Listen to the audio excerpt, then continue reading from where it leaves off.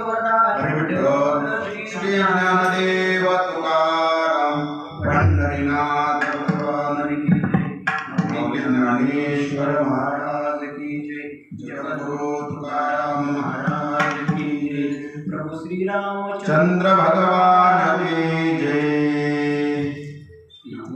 सद्गुरु तुकया तुकया ज्ञान दीपा नमो सद्गुरु सच्चिदानंद रूपा नमो सद्गुरु भक्त कल्याण मूर्ति नमो सद्गुरु भास्करा पूर्ण कीर्ति मनुष्याकृती राघवे ख्याती केली शिळा शिखरे सागरे तारिये तुका स्वामी हा पूर्ण ब्रह्म प्रकाशे जळे रक्षिले निर्जीवा काळासी महाराज हा जन्मला मृत्यूरोगी दुजे उपमा नाडळे यरोगी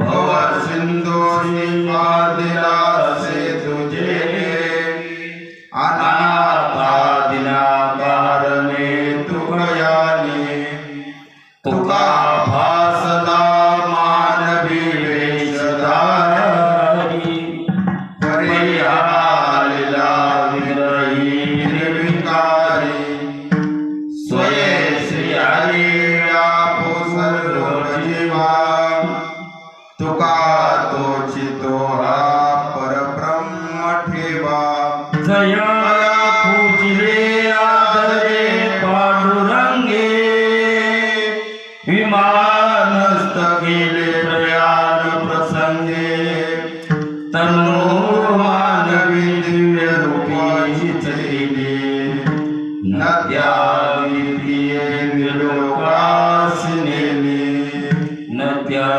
दिव्य लोकास नेले नद्या दिव्य लोकास नेले पुंडलिकावृते हरिविठ्ठल श्री ज्ञानदेव तुकाराम पंढरीनाथ भगवान की जय माऊली ज्ञानेश्वर महाराज महाराज की जय जगद्गुरु तुकाराम महाराज की जय श्री संताजिया माता चरणाभरी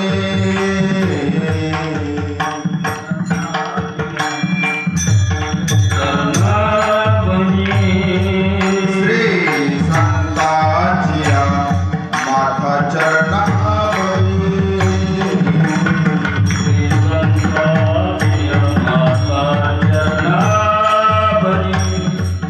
साष्टांग हे करी दंडवत साष्टांग हे करी दंडवत विश्रांती पावलो सांभाळा उत्तरी विश्रांती पावलो सांभाळा उत्तरी साष्टांग हे करी दंडवत साष्टांग हे दंडवत विश्रांती पावलो सांभाळा उत्तरी विश्रांती पावलो सांभाळा उत्तरी वाढेल अंतरी प्रेम सुख वाढेल अंतरी प्रेम सुख शांती पावलो सांभाळा उत्तरी विश्रांती पावलो सांभाळा उत्तरी वाढले अंतरी प्रेम सुख वाढले अंतरी प्रेम सुख विश्रांती पावलो सांभाळा उत्तरी विश्रांती पावलो सांभाळा उत्तरी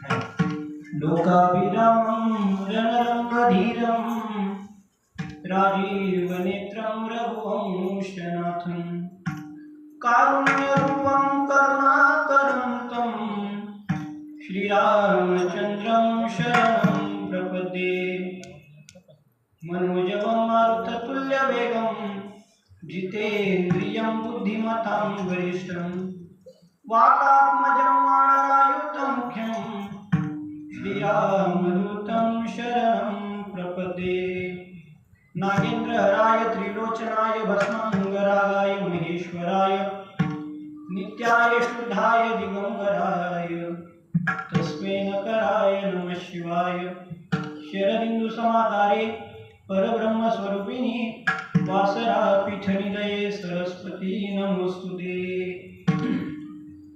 प्रस्तुत प्राप्तस्थळी आपल्या गंगापूर गावामध्ये सालाबादप्रमाणे मर्यादा पुरुषोत्तम प्रभू श्रीरामचंद्र यांच्या जन्मोत्सवाचं औचित्य साधून तथा भक्तराज हनुमंतराय यांच्या जन्माचं औचित्य साधून आणि हिंदवी स्वराज्याचे संस्थापक छत्रपती शिवाजी महाराज यांच्या जन्मोत्सवाच्या निमित्तानं सालाबादप्रमाणे संपन्न होणारा अखंड नामयज्ञ सोहळा आणि ह्या अखंड नामयज्ञ सोहळ्याचं आजचं हे 46वां वर्ष 45 वर्ष या ठिकाणी पूर्ण झालेले आहे आणि 46व्या वर्षामध्ये आज आपण या ठिकाणी पदार्पण करत आहोत। खरं तर इथून पाठीमागं गेली 45 वर्ष आपण प्रवचनाची सेवा करत आलो आहोत, नाही का?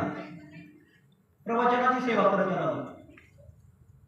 चालू असलेलं वर्ष किंवा गेलेलं वर्ष माझ्या श्रीमंत श्री जगद्गुरु तुकोबारायांना सदेह वैकुंठाला जाऊन त्या ठिकाणी 375 वर्ष त्या ठिकाणी पूर्ण झाली। गेल्या वर्षी श्री गुरु छोटे माऊली यांच्या माध्यमातून संपूर्ण महाराष्ट्रामध्ये माझ्या श्रीमंत श्री जगद्गुरु तुकोबारायांचा वैकुंठ गमन सोहळा अगदी तालुक्यामध्ये त्या ठिकाणी हा सोहळा त्या ठिकाणी मोठ्या दिमाखात संपन्न झाला।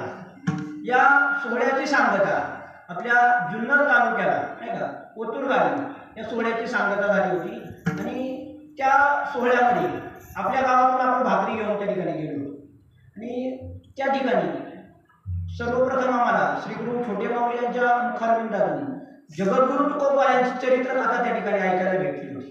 आमचे संतोष महाराज त्या ठिकाणी होते, गुलाबराव होते, गावातले अनेक त्या ठिकाणी मान्यवर होते आणि कथा ऐकल्यानंतर त्याच ठिकाणी मनामध्ये संकल्प निर्माण झाला होता की आपण आपल्या गावामध्ये एक छोटासा प्रयोग करायचा आणि जगद्गुरु तुकोबारायांची चरित्रकथा करायची। खरं तर ही चरित्रकथा गेल्या वर्षी व्हायला पाहिजे होती।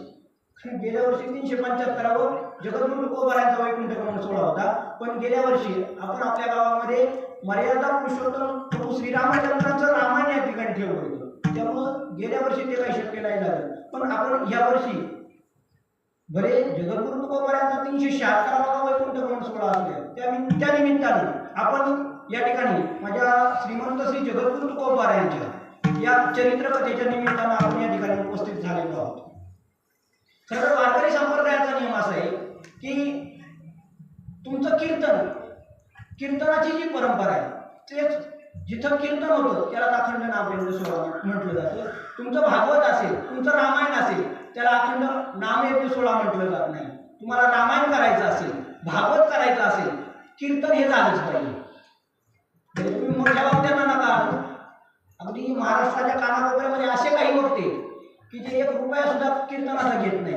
मग तुम्हाला रामायण करायचे, तुम्ही रामायण करा, कथा करा, भागवत करा, काहीही करा, पण कीर्तनाची परंपरा ही त्या ठिकाणी खंडित झाली नाही पाहिजे आणि म्हणूनच त्याचं नाव अखंड नामयज्ञ सोहळा असेल। म्हणजे मी हे का सांगतोय, कारण इथून पुढच्या 4 वर्षानंतर आपला सुवर्ण महोत्सव त्या ठिकाणी संपन्न होणार आहे। मग कोण काय म्हणेल भागवत करा, कोण म्हणेल रामायण करा, जे करायचं ते करा, कीर्तनाची परंपरा त्या ठिकाणी अखंडित राहिलीच पाहिजे। कारण कीर्तन जिथं असतं त्याला अखंड नामयज्ञ सोहळा असं म्हटलं जातं। म्हणून यावर्षी आपण चरित्रकथा जरी ठेवलेली असली तरी कीर्तन सुद्धा ठेवलेले आहे, काय कीर्तन सुद्धा ठेवलेले आहे। तर या कथेच्या निमित्ताने ज्याचं मला प्रोत्साहन त्या ठिकाणी प्राप्त झालं की महाराज तुम्ही चरित्रकथा करा, जशी येईल तशी करा, तशी जमेल तशी करा। माझे परम मित्र या ठिकाणी बसलेले संतोष महाराज लोट असतील, आमचे निलेश सर त्या ठिकाणी आवर्जून उपस्थित राहिलेले। निलेश सरांनी या ठिकाणी कथेसाठी मला प्रोत्साहित केलं, आमचे गुलाब मामा असतील आणि मेन म्हणजे ज्यांच्या माध्यमातून हे स्टेज या ठिकाणी मला प्राप्त झालं ते आपल्या विठ्ठल रुक्मिणी देवस्थान ट्रस्टचे विद्यमान अध्यक्ष आणि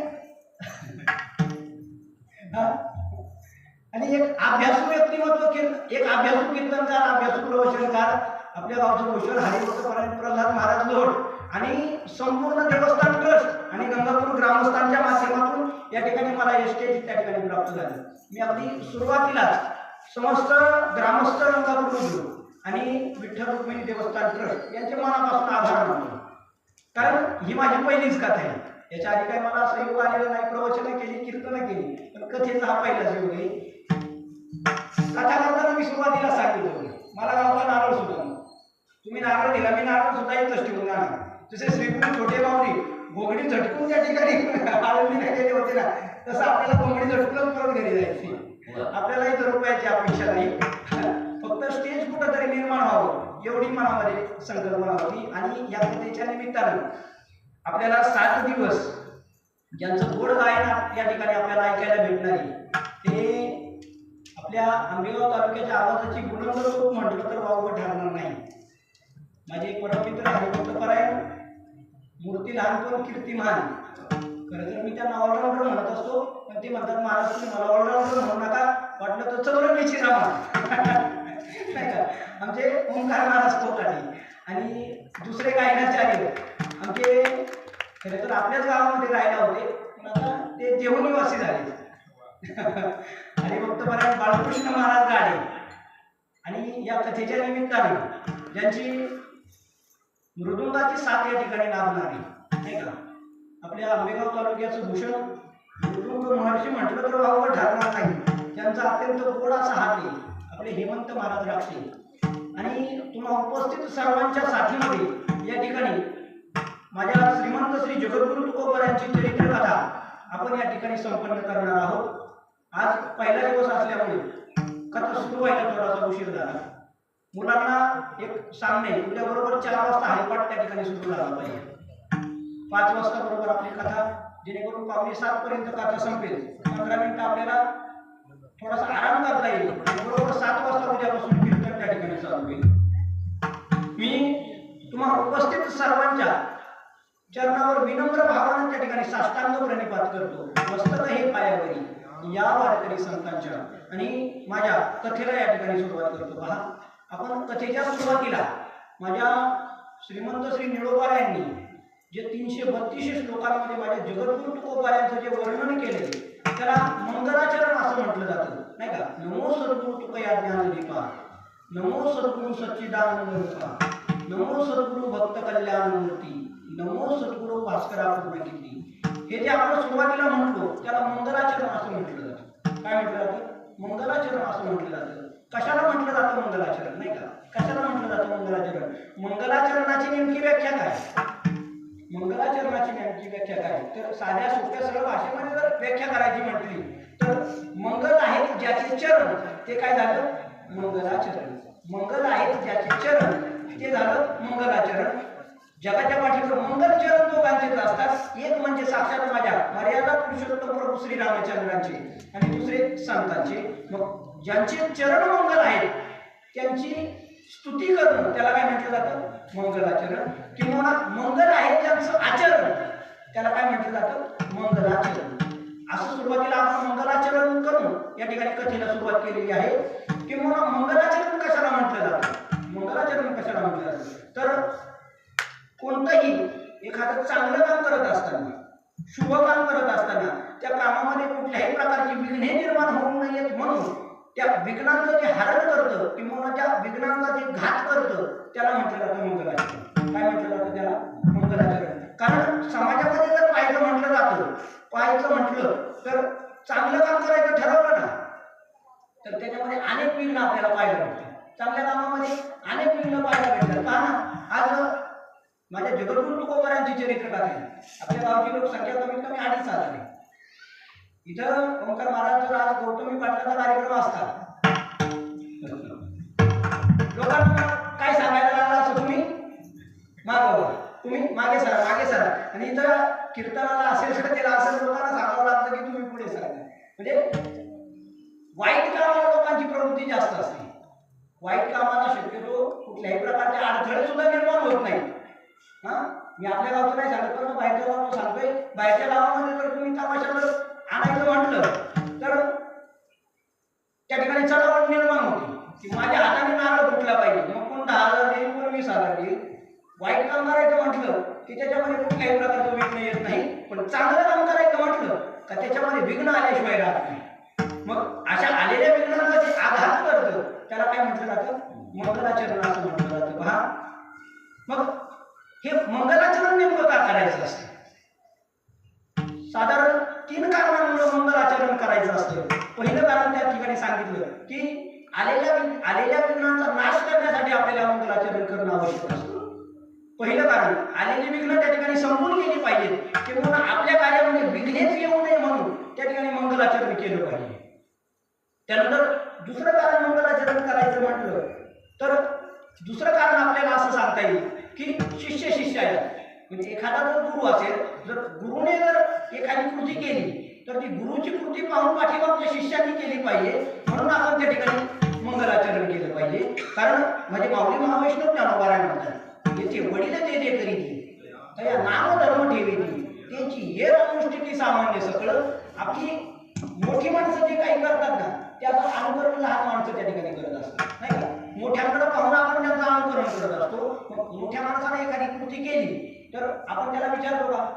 विचारत नाही, कारण मोठे किंवा त्यांना त्याचा अनुभव आहे, त्या अनुभवातून ते कृती करत असतात आणि ती कृती आपण सुद्धा केली पाहिजे किंवा आपल्या पाठीमागच्या शिष्यांनी त्या ठिकाणी केली पाहिजे. म्हणून त्या ठिकाणी मंगलाचरण करणं त्या ठिकाणी आवश्यक असतं. आणि मंगलाचरण का करायचं याचं जर तिसरं कारण जर काय असेल तर ते म्हणजे वंश परंपरा. काय कारण सांगितलं जातं? वंश परंपरा. पहा, आपल्याकडे ज्यावेळी एखादं शुभ कार्य होतं त्या ठिकाणी आपण गणेशाचं पूजन करत असतो. अगदी एखाद्याचं लग्न असेल, साखरपुडा असेल, कोणताही कार्यक्रम असेल, गणपतीची मूर्ती जरी नसेल तर सुपारीची पूजा केली जाते, नाही का? वक्रतुंड महाकाय सूर्यकोटी समप्रभ त्या ठिकाणी गणेशाचं वंदन करून त्या ठिकाणी मंगलाचरण केलं जातं. कारण जे काही मंगल कार्य आपण करणार आहे, लग्न असेल किंवा कुठल्याही प्रकारचा सोहळा असेल, एखाद्याची वास्तुशांती असेल, गृहप्रवेश असेल, त्या कार्यक्रमामध्ये कुठल्याही प्रकारचं विघ्न निर्माण होऊ नये म्हणून त्या ठिकाणी मंगलाचरण करायचं असतं. मंगलाचरण का करायचं याची 3 कारणं पाहिली. पहिलं कारण पाहिलं, विघ्नांचा नाश व्हावा म्हणून आपण मंगलाचरण करायचं असतं. दुसरं कारण आपण पाहिलं होतं की आपल्या पाठीमागच्या व्यक्तीने ते केलं पाहिजे म्हणून आपण करायचे. आणि तिसरं ते म्हणजे वंश परंपरागत आपल्याकडे ज्या काही चालीरीती आलेल्या आहेत त्या टिकवण्यासाठी, सांभाळण्यासाठी आपल्याला मंगलाचरण करणे आवश्यक असतं. म्हणून प्रत्येक कीर्तनाच्या सुरुवातीला पांडुरंगाचा प्रथम नमन किंवा कुठल्याही प्रकारचं नमन असेल, काय वाणू आता नकुडी ही वाणी मस्तकचरणी ठेवीत असो, कुठल्याही प्रकारचं नमन कीर्तनकाराला करणं प्रधान कर्तव्य असतं कीर्तनकारांचं. मग या ठिकाणी प्रश्न निर्माण होतो की मंगलाचरण नेमकं करायचं कधी? तर काही ठिकाणी मंगलाचरण हे सुरुवातीला केलं जातं, काही ठिकाणी मंगलाचरण हे मध्यंतरी केलं जातं आणि काही ठिकाणी मंगलाचरण हे शेवटी सुद्धा केलं जातं. पण आपल्या संप्रदायाला किंवा आपल्या या भारतीय संस्कृतीमध्ये मंगलाचरण जे केलं जातं ते सुरुवातीलाच केलं जातं. सकळ मंगल निधी, सकळ मंगल निधी, श्री विठ्ठलाचे नाम आधी, श्री विठ्ठलाचे नाम आधी.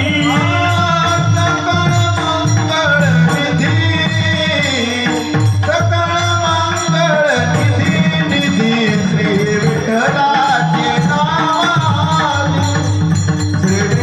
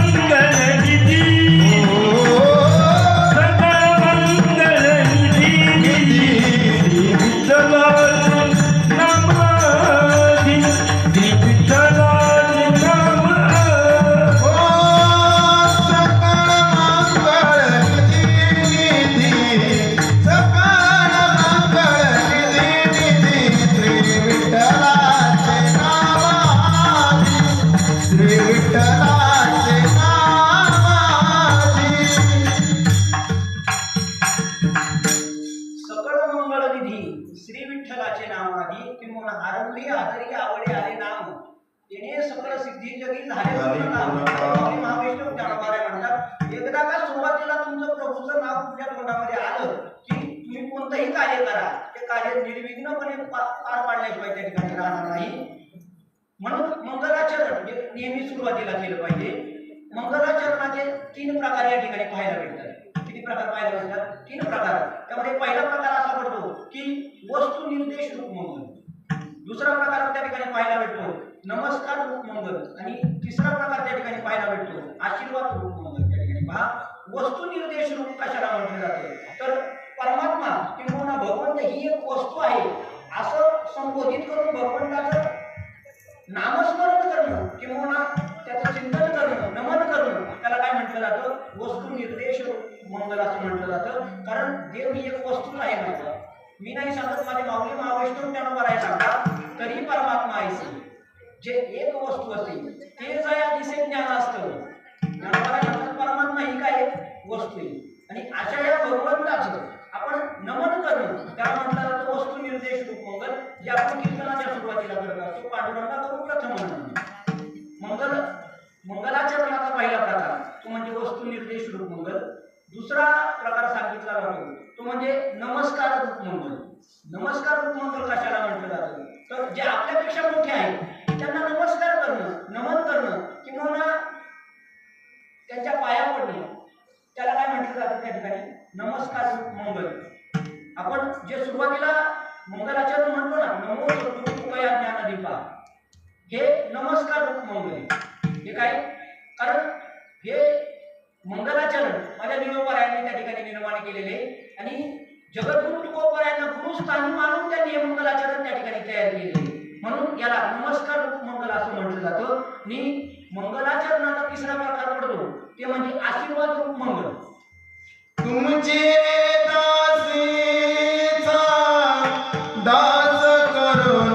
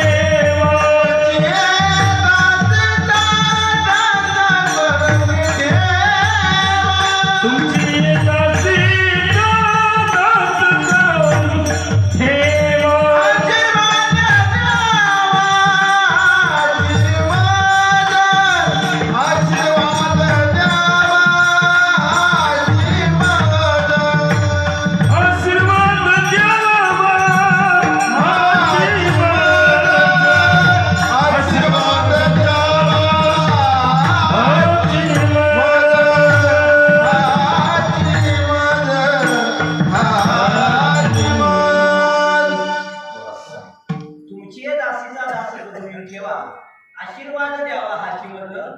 ज्या मंगलाचरणातून आपल्या श्रेष्ठांकडून, देवाकडून किंवा संतांकडून आशीर्वाद मागितले जातात किंवा काहीतरी मागणं मागितलं जातं, त्या मंगलाचरणाला आशीर्वाद रूप मंगल असं म्हटलं जातं. मंगलाचरणाचे 3 प्रकार तुमच्या समोर सांगून झाले. वस्तू निर्देश रूप मंगल, नमस्कार रूप मंगल आणि आशीर्वाद रूप मंगल. आपण सुरुवातीला जगद्गुरु तुकोबरायांचं मंगलाचरण पाहिलं. मंगलाचरण म्हणजे काय ते पाहिलं, मंगलाचरण का करायचं ते पाहिलं, मंगलाचरण कधी करायचं आणि मंगलाचरणाचे प्रकार आपण या ठिकाणी पाहिले.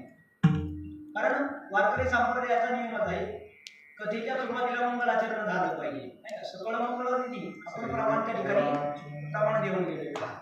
खरं तर या जगाच्या पाठीवर 3 वर्ग आहेत. किती वर्ग आहेत?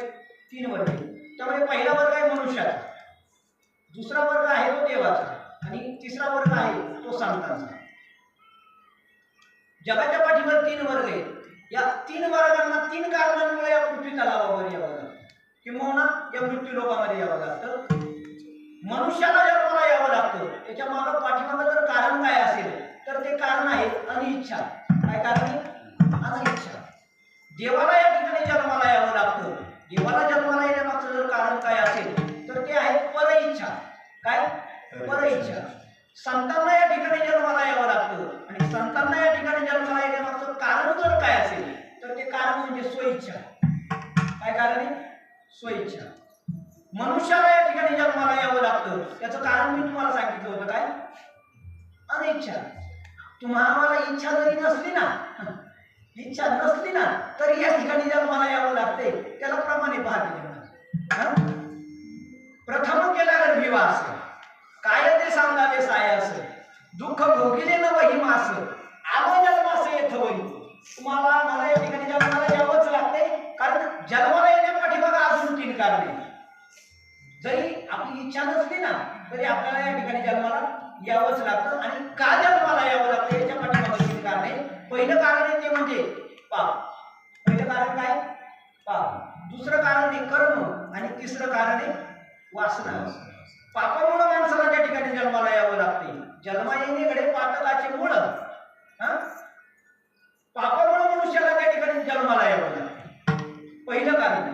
आपण आपल्या आयुष्यामध्ये जे काही पाप करू ना त्या पापाची ते पाप फेडण्यासाठी मनुष्याला त्या ठिकाणी जन्माला यावं लागतं. पहिलं कारण.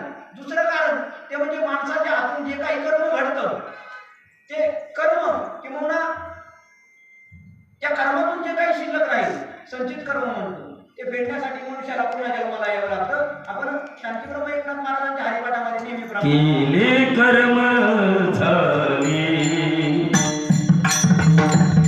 तेची भोगारी. केले कर्म झाले तेची भोगारी. केले कर्म झाले तेची भोगारी. केले कर्म झाले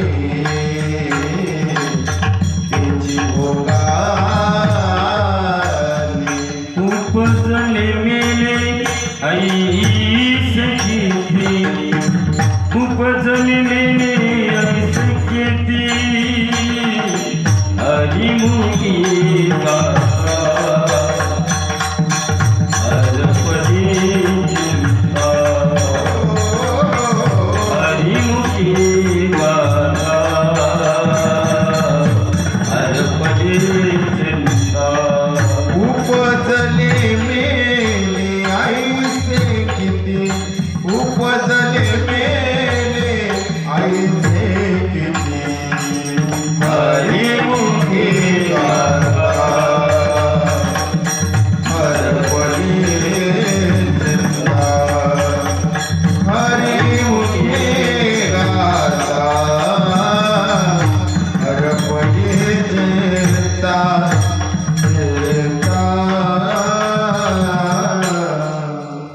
केले कर्म झाले त्याची भोग आले उपजले मेले ऐसे किती. म्हणजे शांतीब्रह्म एकनाथ महाराज म्हणतात तुम्ही गेल्या जन्मामध्ये जे काही कर्म करून ठेवले ना त्या कर्माची परतफेड करण्यासाठी तुम्हाला पुढचा जन्म घ्यावा लागतोय.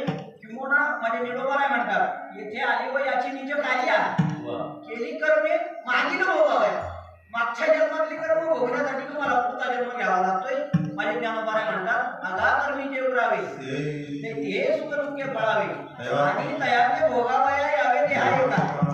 किंवा देह किंवा माणसाचं शरीर हे पंचतत्वापासून झालेले.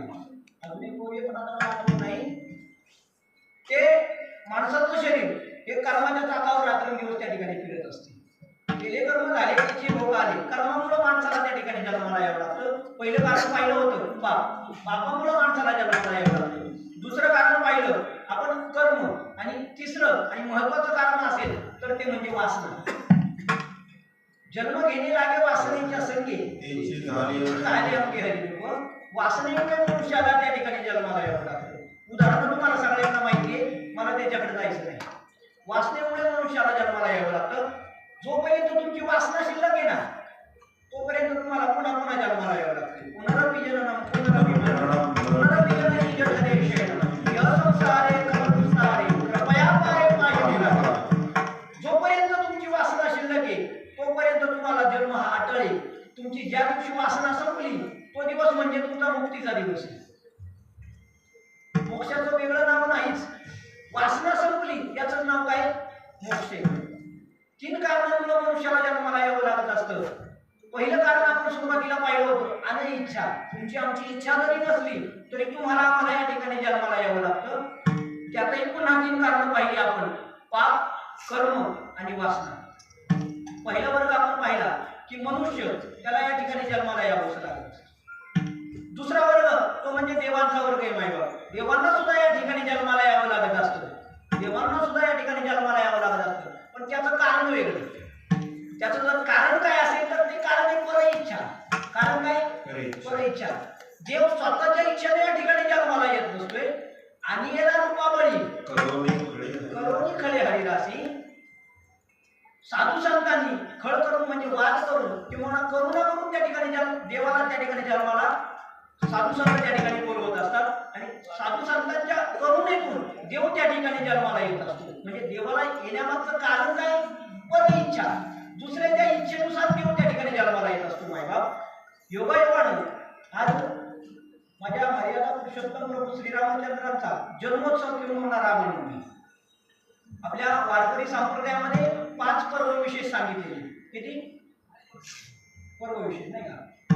नृसिंह जयंती, रामनवमी, वामन जयंती, जन्माष्टमी आणि उत्तमोत्तमी शिवरात्र असे 5 पर्व काळ वारकरी संप्रदायामध्ये किंवा माझ्या शांतीप्रभू एकनाथ महाराजांनी आपल्या एकनाथी भागवतामध्ये हे 5 पर्व काळ सांगितलेले आहेत. खरं तर वारकरी कोणाला म्हटलं जातं, कीर्तनकार कोणाला म्हटलं जातं, सांगायचं जर म्हटलं तर वर्षाच्या एकादशी किती महाराज? 24 एकादशी. आणि हे 5 पर्व काळ कोणते कोणते? नृसिंह जयंती, रामनवमी, वामन जयंती, जन्माष्टमी आणि महाशिवरात्र. 24 आणि हे 5 उपवास जो एकादशी सारखेच करतो. दुपारी जाऊन वडापाव नाही खात.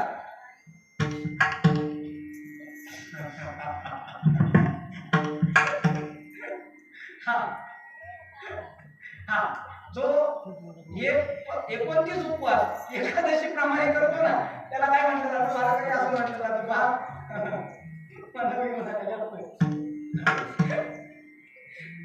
असं मी गेली 4-5 वर्ष या ठिकाणी मांडणी तुम्हाला सांगतोय व्यापाऱ्यांना की रामनवमीच्या दिवशी अन्नदान केलं नाही पाहिजे. कारण त्याला दोष कुणाला लागतोय? अन्नदात्याला लागतोय. आणि अन्नदात्याला काय हो? जेवणही दिलं म्हणजे अन्नदानच आहे आणि खिचडी दिलं म्हणजे तरी काय? आज मी स्टेटसला टाकले पहा, जो आजचा उपवास एकादशी सारखा करत नाही ना त्याला कुंभपाक नावाच्या नरकामध्ये युगानंतर त्या ठिकाणी सडक पडावं लागतं. एवढं आपणच वाचायचं, आपणच त्या नियमांची पायमल्ली करायची. याला काय अर्थ आहे का? बरोबर आहे ना मामा? आधी सांगायला पाहिजे. आता तर तिला समजावं की आधी सांगायला पाहिजे. मी आधीपासूनच मानतोय मामा याच्यासाठी. पण सांगायला पाहिजे. आता सांगायला असं आज माझ्या मर्यादा पुरुषोत्तम प्रभू श्रीरामचंद्रांचा जन्मोत्सव आहे. माझ्या प्रभू श्रीरामचंद्रांचं जे होतं त्याला म्हणतात प्रागट्यकरण. काय म्हणतात? आपण सकाळी जो अभंग म्हटलंय त्या अभंगामध्ये सुद्धा म्हटलंय ना, अयोनी संभव प्रगटाला देव हा प्रकट होत असतो. मागे देव काय होत असतो? प्रगट होत असतो. किंवा गोकुळाष्टमीच्या अभंगांमध्ये आपण त्या ठिकाणी म्हणत असतोय ना पहा, आयोनी संभव नोहे काहीस. आयोनी संभव नोहे काहीस. आयोनी संभव नोहे काहीस मी. आयोनी संभव नोहे काहीस मी.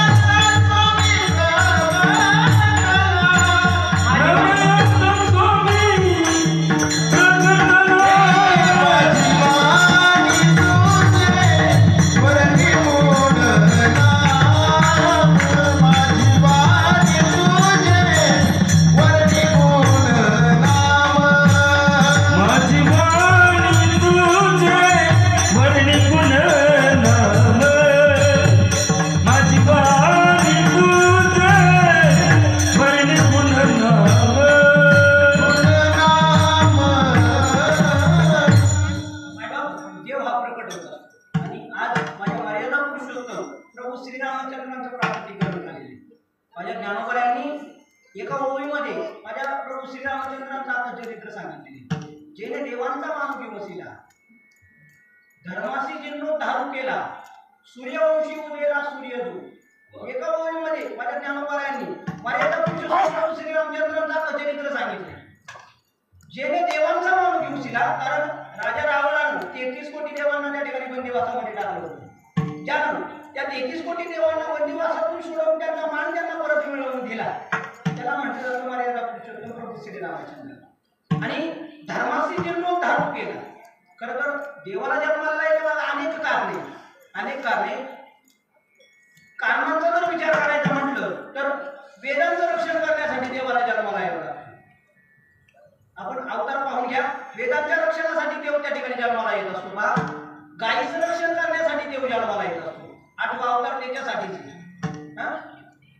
8वा अवतार कशासाठी? गायीचं रक्षण करण्यासाठी. देव जन्माला येत असतो ब्राह्मणांचं रक्षण करण्यासाठी. देव पृथ्वीचं रक्षण करण्यासाठी त्या ठिकाणी जन्माला येत असतो. आणि देवाला जन्माला येण्यामागचं सगळ्यात मोठं आणि महत्वाचं कारण जर काय असेल तर ते म्हणजे अधर्माचा नाश आणि धर्माची संस्थापना करण्यासाठी देवाला त्या ठिकाणी जन्माला यावं लागत असते. ज्ञानोबा आहे किंवा भगवान श्रीकृष्ण स्वतः गीतेमध्ये म्हणतात, यदा यदा ही धर्मस्य ग्लानिर्भवति भारत अभ्युत्थानं धर्मस्य तदात्मानं सृजाम्यहम्. ज्या ज्या वेळेस धर्मावर ग्लानी येते त्या वेळेस देवाला त्या ठिकाणी अवतार घ्यावा लागतो. आणि अवतार घेऊन देवाला काय करावं लागतं? परित्राणाय साधना विनाशाय च दुष्कृतां धर्म संस्थापनार्थाय संभवामी युगे युगे. साधू संतांचं रक्षण आणि धर्माची संस्थापना करण्यासाठी देव प्रकट होत असतो. धर्म रक्षावया अवतार घेसी, अवतार घेसी. धर्म रक्षावया अवतार घेसी, अवतार घेसी. आपुल्या पाळीसी भक्त जना, आपुल्या पाळीसी भक्त जना. अंबरुष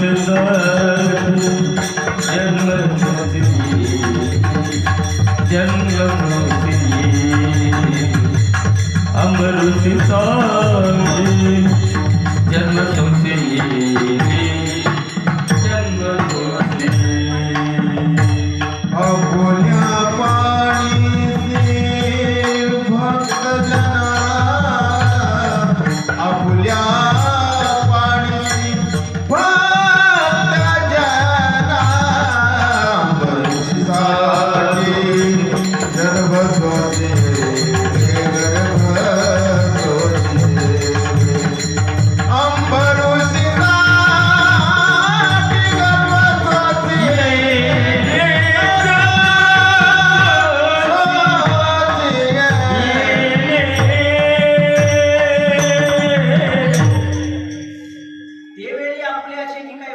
मी साकार होऊन अवतरे. मग अज्ञानाची अंधारी गिळून निघाली नाही का? अज्ञानाचा अंधार त्या ठिकाणी संपवण्यासाठी, ज्ञानाची पाठ निर्माण करण्यासाठी, अधर्माचा नाश आणि धर्माची संस्थापना करण्यासाठी माझ्या मर्यादा पुरुषोत्तम प्रभू श्रीरामचंद्रांना या ठिकाणी प्रगट व्हावं लागतं. माझ्या धर्माची अवधी तोडी, दोषांची लिहिली फाडी, सज्जना कर्मे गुढी सुखाची उभवी नाही का? दैत्यांची पुढे नाशी, साधूंचा मान दिवसी, धर्माशी नीतीशी शेषवरी. धर्माची संस्थापना करण्यासाठी देव हा माझ्यावर प्रकट होत असतो. देवाला जन्माला येण्यामागचं कारण आपण पाहिलं काय? पर इच्छा. आणि देव जो जन्माला येत असतो त्याला म्हटलं जातं प्राकटीकरण. काय म्हटलं जातं? प्राकटीकरण. जगाच्या पाठीवर आपण 3 वर्ग पाहिले होते. एक म्हणजे मनुष्य, दुसरा देव आणि राहिला सत्य शेवटी तो म्हणजे संतांचा वर्ग. संतांना जन्माला येण्यामागचं जर महत्वाचं कारण काय असेल तर ते कारण म्हणजे स्वइच्छा आहे. काय कारण आहे? स्वइच्छा. संत आपल्या स्वतःच्या इच्छेने या ठिकाणी मृत्यू लोकांमध्ये जन्माला येत असतात. तुकाराम महाराज म्हणतात, आपल्या इच्छे करू गादावळ भोगू सर्व काळ सर्व सुख. तुकाराम महाराज म्हणतात, आम्ही आमच्या इच्छेने या ठिकाणी जन्माला येतो आणि इथून कधी जायचं हे सुद्धा आमच्या हातात आहे. आणि म्हणूनच काय तुकाराम महाराज देवाकडे मागणी करताना काय म्हणतात? तुका म्हणे गर्भवासी, तेव्हा तुला जर आम्हाला गर्भवासाला घालायचं असेल ना, सुखाने घाल. कारण आम्ही येताना त्या मोक्षाचं आठवण घेऊन येतोय. मोक्ष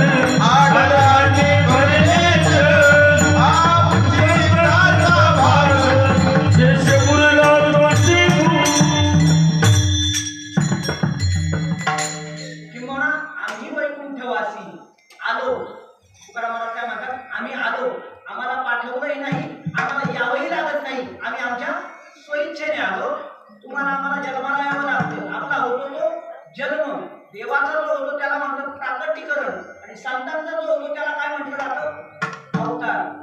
अवतार तुम्हा धराया कारण उतराया दिन उतराया जड जीवा नाही का. संतांचा मायबाप त्या ठिकाणी अवतार होत असतो आणि संतांना या ठिकाणी जन्माला त्यांच्या स्वइच्छेने यावं लागतं किंवा स्वइच्छेने त्या ठिकाणी जन्माला संत या ठिकाणी येत असतात.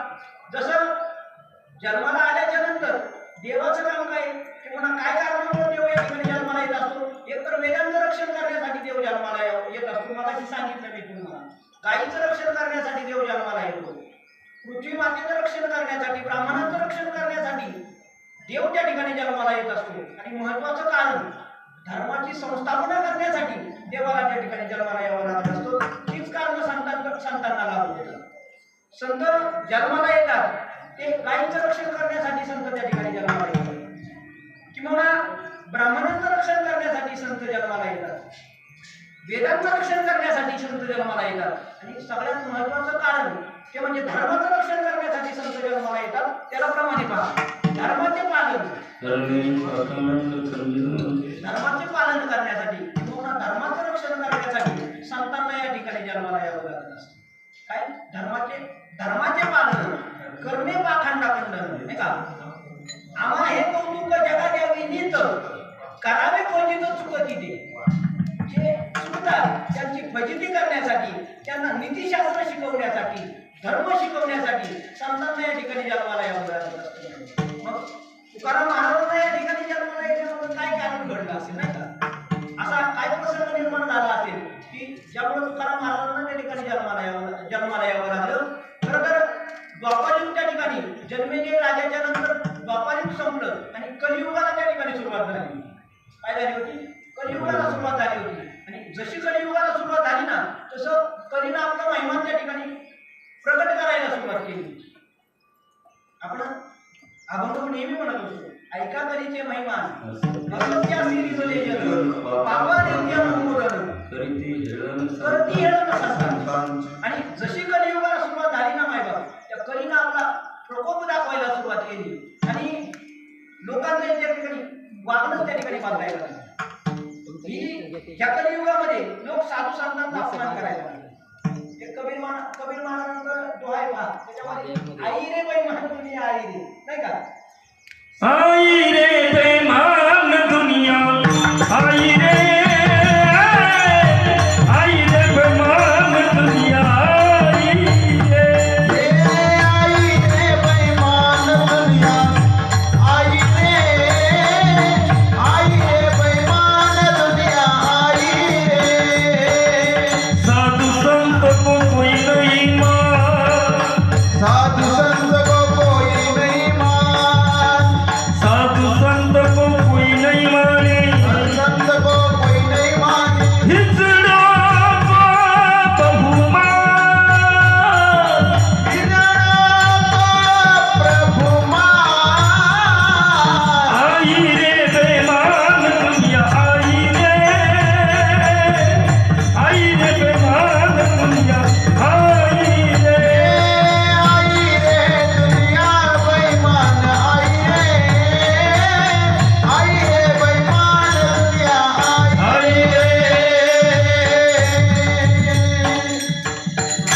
आई रे बेईमान दुनिया आई रे. साधू संत को कोई नाही माने. या कलियुगामध्ये साधू संतांचा मान कोणाला नाही का नाही आणि लोक मान कोणाला द्यायला लागली हिजड्यांना म्हणून द्यायला लागली. कबीर महाराजांचा जो आहे किंवा या कलियुगामध्ये अशा गोष्टी घडायला लागल्या. पुत्र नाही ऐके पित्याचे वचन. मुलानं काय केलं पाहिजे बापाचं वचन ऐकलं पाहिजे की नाही. आज ज्यांच्या रामनवमीच्या निमित्तानं आपण हा अखंड नामयज्ञ सोहळ्याच्या ठिकाणी संपन्न करतोय त्या माझ्या मर्यादा पुरुषोत्तम प्रभू श्री रामचंद्रांना विचारा बापाचं वचन कसं पाळायचं. आरती म्हणतोय ना आरतीमध्ये प्रमाणे पहा माताला रावण त्याने उन्माद केला 33 कोटी देवबंदी घातले सीतेला. पुढे काय म्हणा पितृवचनाला गेला मी वनवास केला. बापाचं वचन पाळण्यासाठी जो उद्या गाडीवर बसणार होता तो क्षणात नातवंडाने धारण करून वनवासाला निघून गेला. असं ज्याला बापाचं वचन पाळता आलं ना त्याला म्हणायचं पुत्र. पण कलियुगामध्ये पुत्र बापांनी बापाचं वचनच पाळायचं सोडून दिले. तर यापेक्षा अधिकाराने सांगू का मला थोडं धाडसाने सांगू का? बाप जर म्हटला ना आईचं मस्त उडवलं पाहिजे की नाही, त्याला प्रमाण देऊ का? सावं बापूला बोलती नाम परशुराम म्हणती, ज्याने वदिले माते प्रती पितृवचना लागणी. माझ्या परशुरामांनी बापानं सांगितलं आईचं मस्त उडव. बापाने काय सांगितलं? आईचं मस्त उडव. त्यानं बापाचं वचन ऐकलं आणि आपल्या आईचं मस्त उडवलं. असा एक मर्यादा पुरुषोत्तम किंवा एक मुलगा जन्माला यावा त्यासाठी अनेक जन्माचा त्या ठिकाणी फळाला सुकृत पदरी लागत असते. पण कलियुगामध्ये हे कुठेही पाहायला भेटत नाही. पुत्र न ऐके पित्याचे वचन, शिष्य न करती गुरु सेवन. शिष्याने गुरुची सेवा करण्याचं सोडून दिलं, उलट गुरुला शिष्याची सेवा करायला लागली. भ्रातार स्त्रियांचे वचन ऐकून नवऱ्यांनी बायकांचं ऐकायला सुरुवात केली. नवऱ्यांनी काय केलं? बायकांचं ऐकायला सुरुवात केली आणि आपलं घर सोडून सासरवाडीला जाऊन राहायला सुरुवात केली. आता त्याप्रमाणे बायकांच्या होता आवडीने पोसी, माता पित्यांशी दवडून. खरं जगाच्या पाठीवर सुखाचं ठिकाण जर गंध असेल तर ते सासरवाडी. गाडी मला ऐकत मला मी खोटं नाही बोलत होऊन जाणार. भगवान विष्णू कुठं राहतात? सासूरवाडी आहे त्यांची. आणि माझे भगवान शंकर कुठे राहतात? सासूरवाडी जगाच्या सुखाचं ठिकाण आहे. आणि हेच कलियुगाने असं दाखवून दिलं की नवऱ्याचं बायकोने ऐकायचं सोडून नवऱ्याच बायकांचे ऐकायला लागले. आपल्या घरदार सोडून सासरवाडीला जाऊन राहायला लागले. आपल्या आईबापांची सेवा करायची सोडली आणि सासू सासऱ्यांची सेवा करायला लागले. अशा लोकांना ज्ञानोबा मूर्ख म्हणतात. घरी माता पितरा बोली नाही संसारा, येर विष्णू भरूची आवरून मूर्ख जायचा.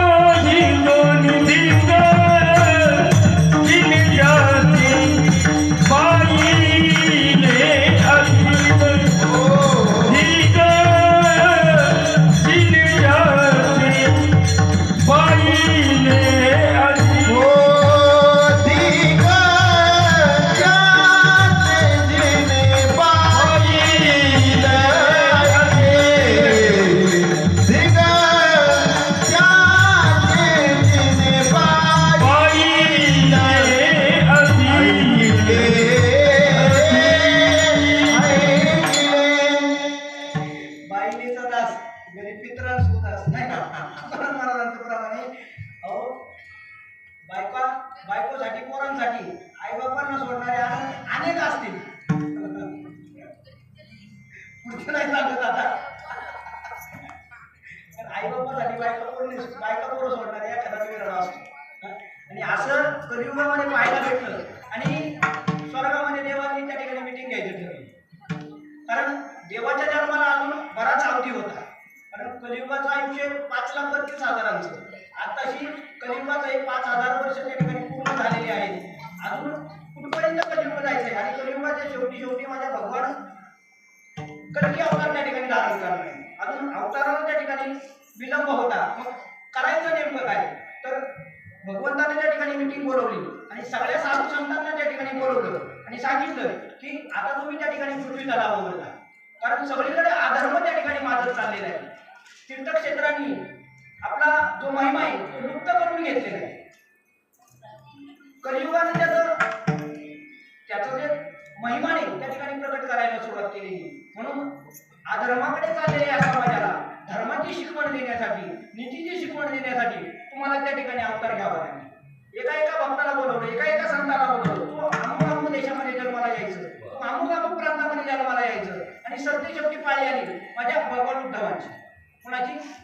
उद्धवांची. भक्त उद्धवाची त्या ठिकाणी पाळी आली आणि भक्त उद्धव ज्यावेळेस भगवंतासमोर उभे राहिले त्यावेळेस भगवंतांना सांगितलं, उद्धवजी तुम्हाला आता त्या ठिकाणी मृत्यू लोकांमध्ये जन्माला यावं. त्यावेळेस उद्धवानं सांगितलं, तेव्हा मी जन्म घेईल पण मला गर्भवास नको. मला काय नको? गर्भवास नको. मला या गर्भवासाच्या दुःखातून वेगळं करून जर तुला जन्माला घालायचं असेल तर जन्माला घाल. त्यावेळेस भगवंतानं सांगितलं, मी तुला गर्भवासाचं दुःख देणार नाही. मी एका शिंपल्यामध्ये तुला घालीन आणि तो शिंपला चंद्रभागेच्या पात्रामध्ये सोडून देईल. पंढरपूरमध्ये दामशेट्टी नावाचा एक महान भगवत भक्त राहतोय. दोनाही त्याच्या पत्नीचं नाव, ते तुझा सांभाळ करतो. ठरल्याप्रमाणे उद्धवच्या अवताराला त्या ठिकाणी तयार झाले आणि भगवान विष्णूंनी एका शिंपल्यामध्ये नाही का उद्धवाला त्या ठिकाणी लहान बाळाचं रूप निर्माण करून तो शिंपला चंद्रभागेच्या पात्रामध्ये मायबाप त्या ठिकाणी सोडून दिला. आणि रात्री स्वप्नामध्ये जाऊन दामाशेट्टींना सांगितलं, उद्या स्नानाला गेल्याच्या नंतर तुम्हाला एक शिंपला त्या ठिकाणी वाहत येताना दिसेल. त्या शिंपल्यामध्ये एक दिव्य बालक असेल, त्याला तुम्ही घरी घेऊन या, त्याचा सांभाळ करा. ते बालक भविष्यामध्ये एक महान भगवत भक्त किंवा धर्माची संस्थापना करणारा एक महान भगवत भक्त तुमच्या घरामध्ये जन्माला येईल. ठरल्याप्रमाणे दामाशेट्टी सकाळी उठले, गंगेवर स्नानाला गेले आणि स्नान करत असताना वरून शिंपला येताना वाहत येताना त्या ठिकाणी दिसला. शिंपला त्या ठिकाणी जवळ घेतला. शिंपला उडून पाहिला तर त्याच्यामध्ये एक गोंडस बाळ त्या ठिकाणी होतं. एक गोंडस बाळ होतं, पण त्या ठिकाणी नवल असं घडलं होतं का त्या बाळाच्या जिभेवर विठ्ठल नाव कोरलेलं होतं. बाळाच्या जिभेवर काय नाव कोरलं होतं? विठ्ठल. जिभेवर नाव देवाचं कोरलं होतं, देवाचं नाव कोरलं होतं म्हणून त्या बाळाचं नाव ठेवलं होतं नाम देव. जिभेवर नाम आणि नाम कोणाचं होतं तर देवाचं होतं म्हणून त्याचं नाव नामदेव पडलं. नामदेव महाराजांच्या जिभेवर विठ्ठल लिहिलेलं होतं. याला एक प्रमाणे घरी परत शोधण्याचा प्रयत्न केला पण भरपूर वय आहे त्याच्यामध्ये ते प्रमाण मला नेमकं सापडत नाही. 7 दिवसांमध्ये जर आठवलं तर मी नक्की सांगण्याचा प्रयत्न करेन. अशा प्रकारे 12व्या शतकामध्ये माझ्या संतश्रेष्ठ नामदेव महाराजांचा त्या ठिकाणी जन्म झाला होता. कितव्या शतकामध्ये? 12व्या शतकामध्ये माझ्या नामदेव महाराजांचा जन्म झाला होता. आणि या नामदेव महाराजांनी एक दिवस चंद्रभागेच्या काठावर वाळवंटामध्ये कीर्तन ऐकताना त्यांनी कीर्तनामध्ये असं ऐकलं होतं की वाल्यामुळाने 100 कोटी माझ्या मर्यादा पुरुषोत्तम प्रभू श्रीरामचंद्रांचं रामायण त्या ठिकाणी लिहून पूर्ण केलं. वाल्यामुळी एक असा व्यक्ती की ज्याने पापाची 7 रांगणं भरून ठेवली होती असं सांगितलं जातं. तो वाल्यामुळे येणारे जाणारे वाटसरूंना मारायचा. त्यात ब्राह्मण जर असेल ना ब्राह्मण तर त्या ब्राह्मणाच्या नावाने एक खडा रांगणामध्ये टाकायचा.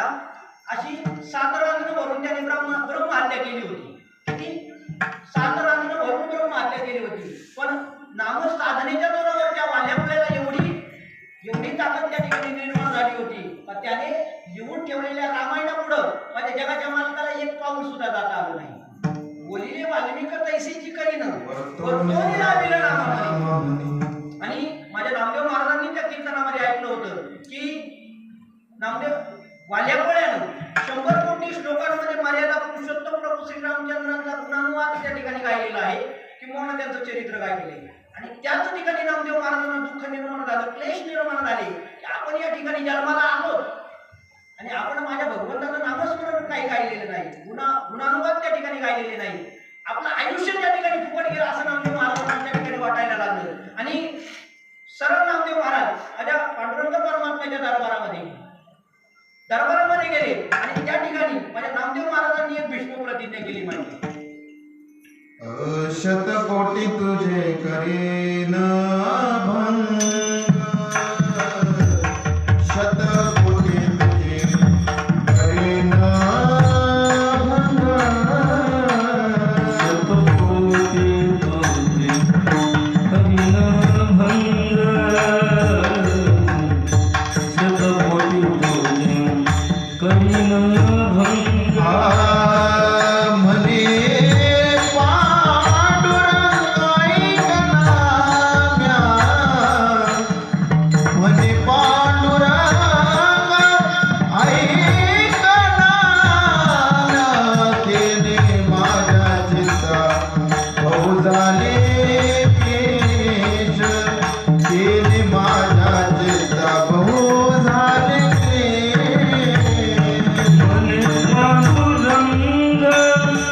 आई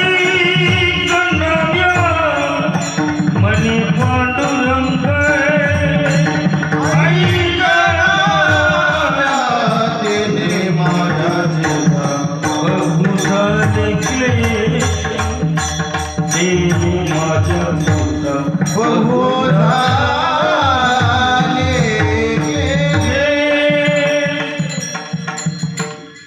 त्या माझ्या विटेवरच्या बालकासमोर नामदेव महाराजांनी प्रतिज्ञा केली की शतकोटी तुझे करीन अभंग, तेव्हा मी तुझे 100 कोटी अभंग निर्माण करेन. त्यावेळेस देवाला नामदेव महाराजांना सांगायला सुरुवात केली, अरे नामदेवा तू काय वेगळा झाला का? ज्यावेळेस वाल्मिकीने 100 कोटी श्लोकांचं रामायण निर्माण केलं होतं त्यावेळेस आयुष्याची गणना होती 10,000 वर्षांची.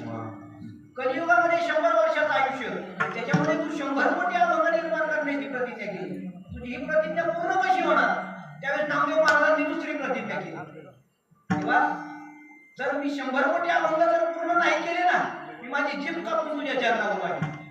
नाम म्हणे जरी नावाचा पूर्ण, नम म्हणे तरी नाही येत संपूर्ण. नाम म्हणे जरी नावाचा पूर्ण, नम म्हणे तरी नाही येत संपूर्ण.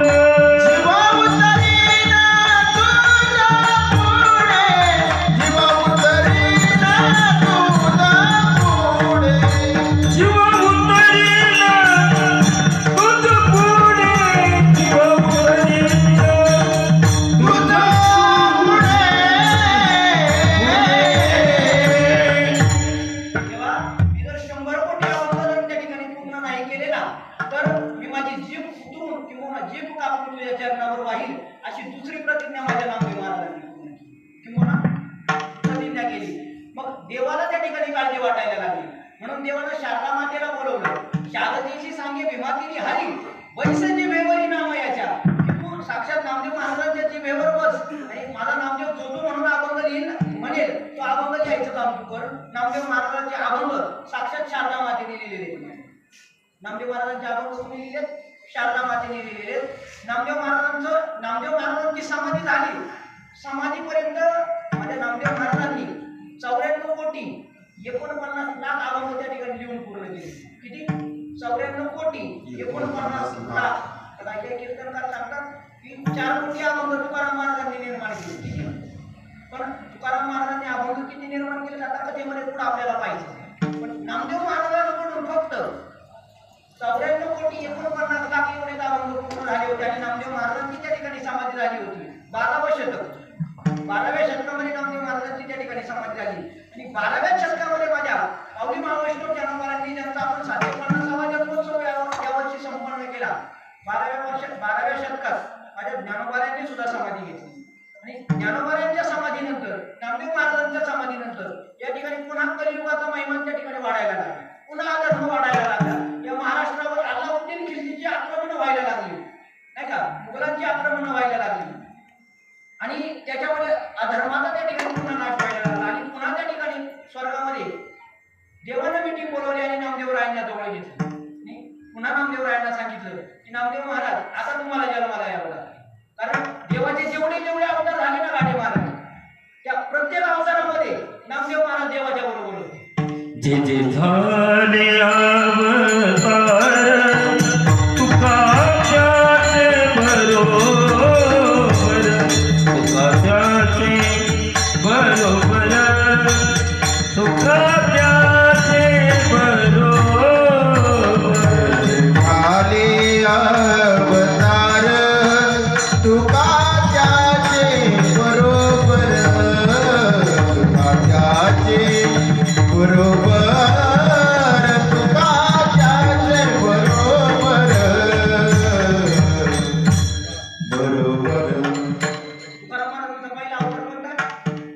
अंबरीश राहिला. अंबरीशासाठी गर्भ सोसलेले देवाने जे 10 गर्भ सोसले तुकाराम महाराजांसाठी सोसले का? सत्ययुगामध्ये देवाचा अवतार नृसिंह आणि माझ्या तुकोबारांचा अवतार कोणता? त्रेतायुगामध्ये प्रभू श्रीरामचंद्र आणि तुकोबारा अंगदाच्या रूपाने त्या ठिकाणी जन्माला आले होते. द्वापार युगामध्ये भगवान श्रीकृष्ण आणि माझे जगद्गुरु तुकोबारा कोण आले होते? उद्धव.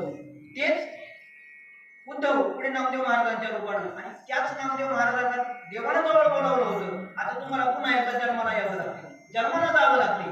त्यावेळेस नामदेव महाराजांनी देवाला सांगितलं होतं, देवा मी यावेळेस जन्माला जाईल पण पवित्र कुळ आणि पावन देश पाहून त्या ठिकाणी जन्माला पवित्र ते कुळ पावन तो देश पवित्र ते कुळ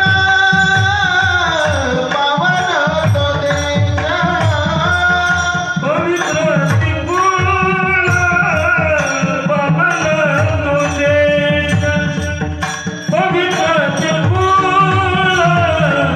पावन तो देश जेथे हरीचे दास जन्म घेती जेथे हरीचे दास जन्म घेती कर्म धर्म त्यांचा झाला नारायण कर्म धर्म त्यांचा झाला नारायण जेथे हरीचे दास जन्म घेती जेथे हरीचे दास जन्म घेती कर्म धर्म त्यांचा झाला नारायण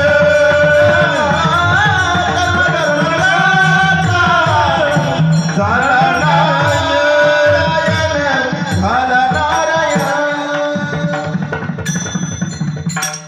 नामदेव महाराजांनी देवाला सांगितलं होतं की मी जन्म घेईन पण त्याच्यासाठी एकतर देश पवित्र असला पाहिजे आणि दुसरं कुळ पवित्र असलं पाहिजे.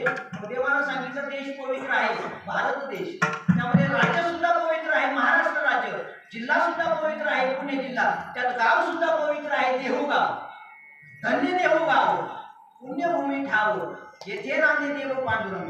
मग गाव पाहिलं देहू गाव आणि कुळ पाहिलं माझ्या विश्वंभर बाबांचं. कुळ कुणाचं पाहिलं? विश्वंभर बाबांचं. आणि विश्वंभर बाबांच्या कुळामध्ये माझे नामदेव महाराज जगद्गुरु तुकोबारायांच्या रूपानं त्या ठिकाणी जन्माला आले. उद्या आपल्याला जगद्गुरु तुकोबारायांचा जन्मोत्सव या ठिकाणी साजरा करायचा आहे. फुलं आणावी लागतील, फुलं वाहून आपण जगद्गुरु तुकोबारायांचा जन्मोत्सव या ठिकाणी साजरा करणार आहे. नामदेव महाराजांचा अवतार घेण्याचं त्या ठिकाणी ठरलं. पवित्र कुळ त्या ठिकाणी पाहण्यात आले, पवित्र देश त्या ठिकाणी पाहण्यात आला होता. खरं तर जगद्गुरु तुकोबाराय जन्माला येण्याआधी देहू हे क्षेत्र नव्हतं. देहू क्षेत्र नव्हतं.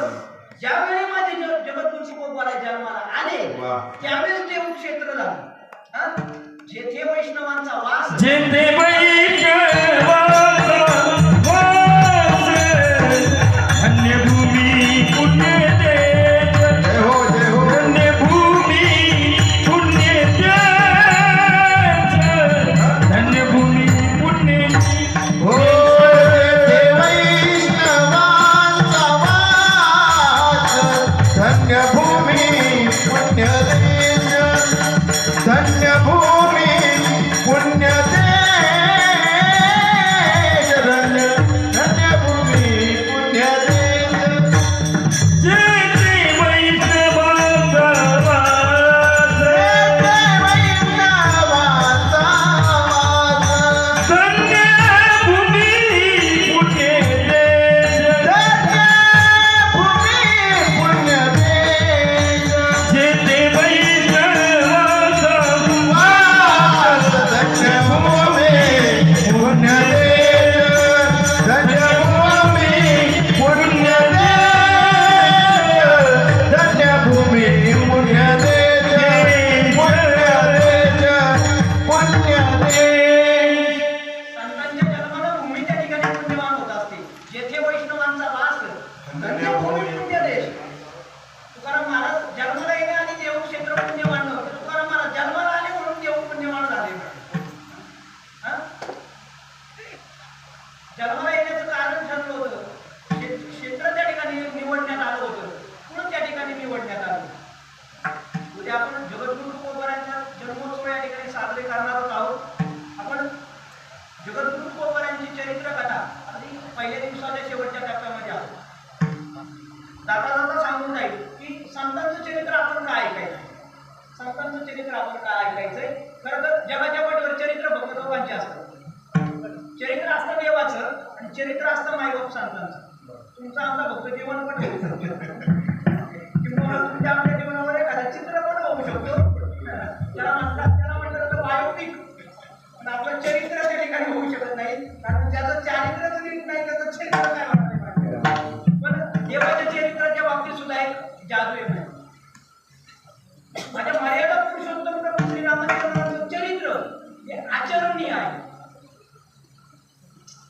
रामाचं चरित्र कसं आहे आणि माझ्या आपण काल्याच्या अभंगामध्ये म्हणतोय ना, काल्यामध्ये म्हणतोय ना, गोपाळ भगवान श्रीकृष्णाचं चरित्र कसं आहे विचारायचं ना. चरित्र ते उच्चारावे, चरित्र ते उच्चारावे.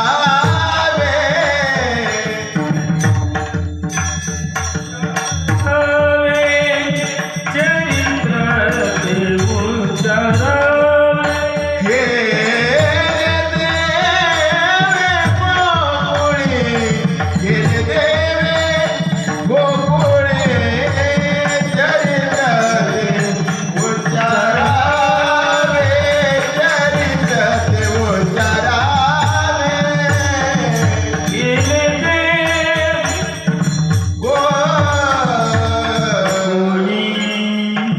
चरित्र ते उच्चारावे, केले देवे गोकुळी, तारू व सागरीचे.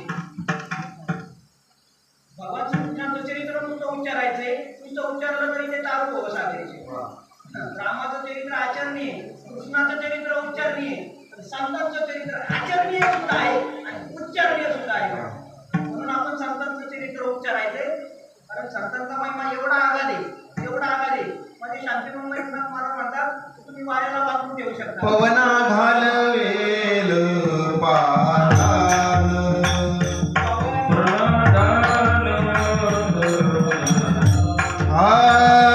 पायी चढवेल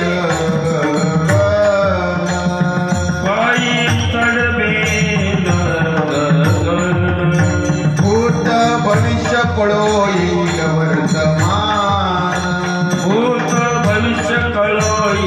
वर्तमान, परित्या साधूचे नकळे महिमान, व्हायचे कैसे आले भेटते साधू, ऐसे कैसे आले भेटते साधू. साधूच नकळ महिमान, ऐसे कैसे आले भेटते साधू, ऐसे कैसे आले भेटते साधू साधू. आणि महाराज एवढं माझं प्रवेश कीर्तन झालं होतं, तर मी संतांचा महिमा सांगितला होता. नव्हे हा सामान्य महिमा संतांचा, त्यातला एकच महिमा सांगतो. संतांच्या नामाचा एवढा महिमा आहे. जसं देवाचं नाव घेतल्यानंतर हरिमुखे म्हणा, हरिमुखे म्हणा, पुण्याची गणना कोण करी, तसं पुण्यवंत व्हावे येता सज्जनाची नावे किंवा संतांचं नुसतं नाव जरी घेतलं तुका म्हणे पापे, जाती संताची आजपे, जाती संताची आजपे, जाती संताची आजपे. पापी जाती संताची आजपे, जाती संताची आजपे, जाती संताची आजपे. आपल्याला वेळ जाणार होते. माझा शेवटचा मुद्दा चाललेला आहे. कारण पुण्यवंत व्हावे घेता सज्जनाची नावे. मला सांगायचंय काय, संतांचं नुसतं नाव जरी घेतलं ना, तुकाराम तुकाराम एवढं सांगतोय. आपल्याला इथं 7 दिवस संतांचं चरित्र करायचंय, ऐकायचंय. आपल्याला किती मोठा फायदा भेटणार आहे. आणि संतांचं चरित्र काय ऐकायचंय, जाता जाता सांगून जातो, तैसे हरपले आपण आपले पावे, ते संतान ते पाहता की बसावे, म्हणून वाणावे ऐकावे ते दिसना, किंवा तेही प्राणापर होते. आवडते मला आवडते तेही निवते, जे भक्त चरित्राचे प्रशंसती, देवाला नुसते संत नाही आवडत, संतांचे चरित्र करणारे, चरित्र ऐकणारे सुद्धा आवडत असतात. म्हणून आपल्याला तुकाराम महाराजांचं चरित्र करायचं, म्हणून आपल्याला तुकाराम महाराजांचं चरित्र करायचंय. ते तीर्थम ते क्षेत्र, जगी त्यांची पवित्र, भक्ती कथेशी मैत्र दया पुढच्या ज्ञानोबाराय म्हणतात. म्हणून आपल्याला 7 दिवस माझ्या श्रीमंत श्री जगद्गुरुवारांचं चरित्र ऐकायचंय. त्यांच्या नावाचा एवढा महिमा आहे. मग त्यांचं चरित्र ऐकल्यानंतर आपल्या पदरामध्ये किती मोठं पुण्य त्या ठिकाणी प्राप्त होईल. आपली निर्धारित वेळ जवळपास संपून गेली आहे. आपण या ठिकाणी तुकाराम महाराजांचे बंधू गोपाळ महाराजांनी निर्माण केलेली गोपाळांची 108 नामावळी या ठिकाणी म्हणणार आहोत. नामावळी झाल्यानंतर तुकाराम तुकाराम भजन होईल. आरती झाल्यानंतर आजची कथा या ठिकाणी संपन्न होईल. उद्या जगद्गुरु तुकोबारांच्या 7 यांचा जन्म या ठिकाणी संपन्न होणार आहे. श्री तुकाराम श्री तुकाराम राम परशुराम तुकाराम चैतन्य भूषण अमृताशन मोहोश स्पृशासन भक्तमावणी सर्वांनी म्हणा बाबाजी शिष्य शिरोमणी अमृत संजीवनी वैराग्य शिरोमणी ज्ञानी अमरेंद्र ऐश्वर्य समुद्र अमृत चंद्र परम पवित्र ज्ञानेन्द्रिय दमन तनुसहित सुगमन हरिश्रीचा सुमन चिदाय रमन तारक लोक महानाम धारक नारायण जनक त्रिभुवन व्यापक तेजे मोक्ती वर्या चित्त प्रकाश सूर्या अमृत ध्येया श्री विठ्ठल हृदया जगद्गुरु भूपा व्यष्टितामुपा माया शिखतुर्वा माया तमदीपा अगोचर रक्षी जगतव कोक्षी सर्वांग साक्षी दैव गुण कोक्षी कुमती निरंजन प्रेम मनोरंजन भवभय भंजन श्री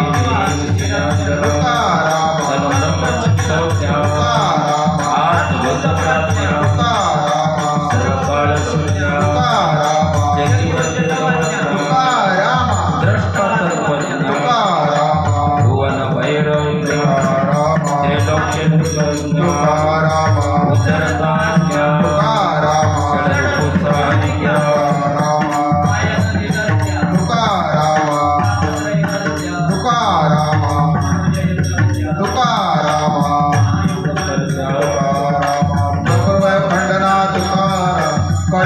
दंडना पुन्हा असुर कांडना तो सागर महाप्रेम आगर नागर अद्भुत सौदागर चिन्मय सुखवासी देहु क्षेत्र निवासी रत साम्य सुखासे तुकार लोकासे हरि गजा भ्रमरा वंद्य महामरा कनकाई कुमारा सुखदिना पामरा अक्षय तरुगात्रा दुर्बल प्रवित्रा आनंद पात्रा बोलो भापुत्रा प्रेमापुत सिंधु कुल सागर हिंदू प्रिय बंधु गुणातीत साधु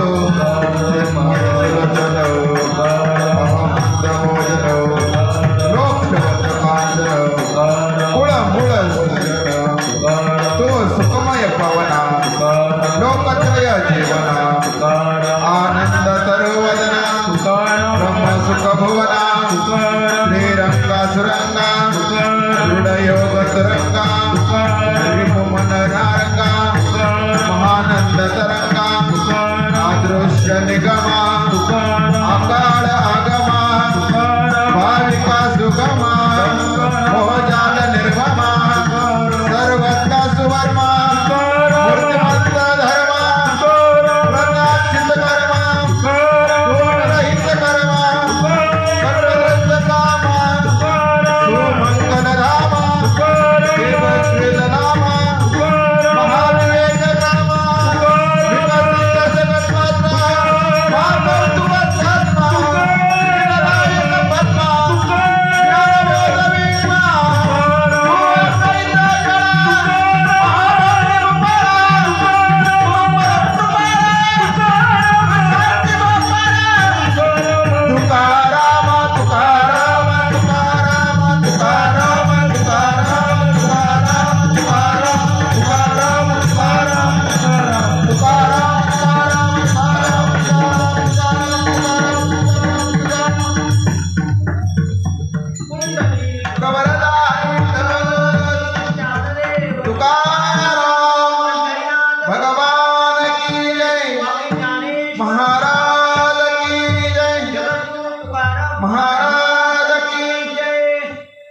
या ठिकाणी